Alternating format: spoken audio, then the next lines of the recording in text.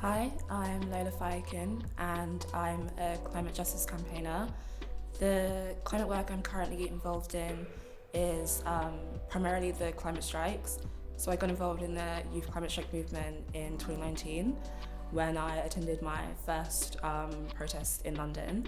And since then, I've been working on planning protests, but also on work around the Green New Deal and work around kind of content creation and that sort of thing. But more recently, I've been mobilising for the COP26 conference this year, which is this big climate change conference with a bunch of world leaders who are meeting to discuss what they're going to be doing for the climate in the future. And so I've been working on some of the youth mobilisation towards that.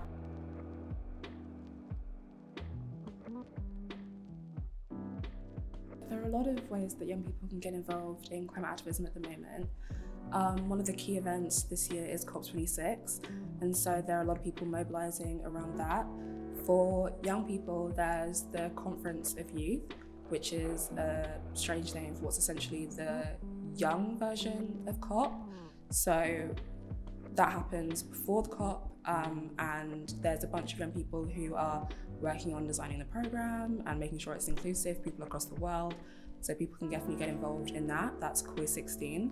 But there's also the COP itself, and the COP26 Coalition is a group of civil society people who are working on making sure that this COP has the best outcomes for climate justice as possible. And so people can also get involved in that coalition if they're interested in making sure that our world leaders are really accountable on climate change.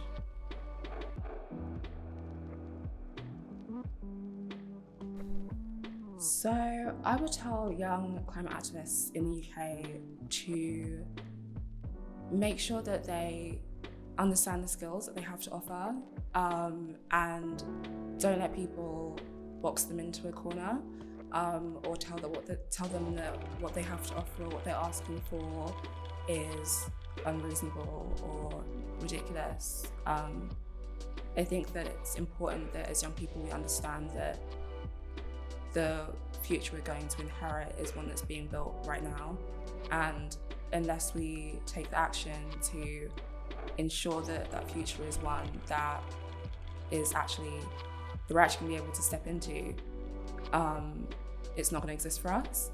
And not only that, but there are people across the world who are already suffering under this crisis, and if we don't step into a position where we are doing as much as we can for both ourselves and others who are already suffering, then we can't call ourselves people who, care about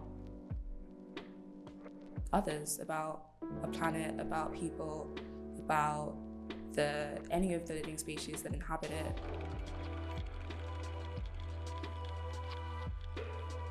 So for me, intersectionality is really at the foundation of all of my activism. So obviously this is in a bunch of different ways, but one of them is feminism. So for me, a lot of the discourse around climate really ignores the fact that women need to be at the center of it. Women are disproportionately affected by a bunch of different crises. Pretty much any negative thing that can happen to humans affects women more.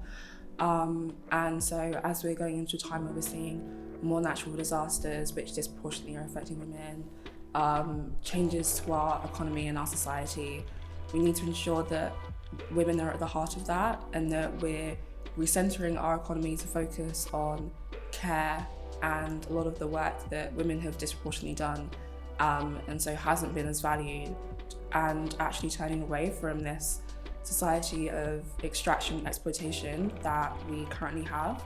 So for me, intersectionality and social justice is at the heart of climate justice.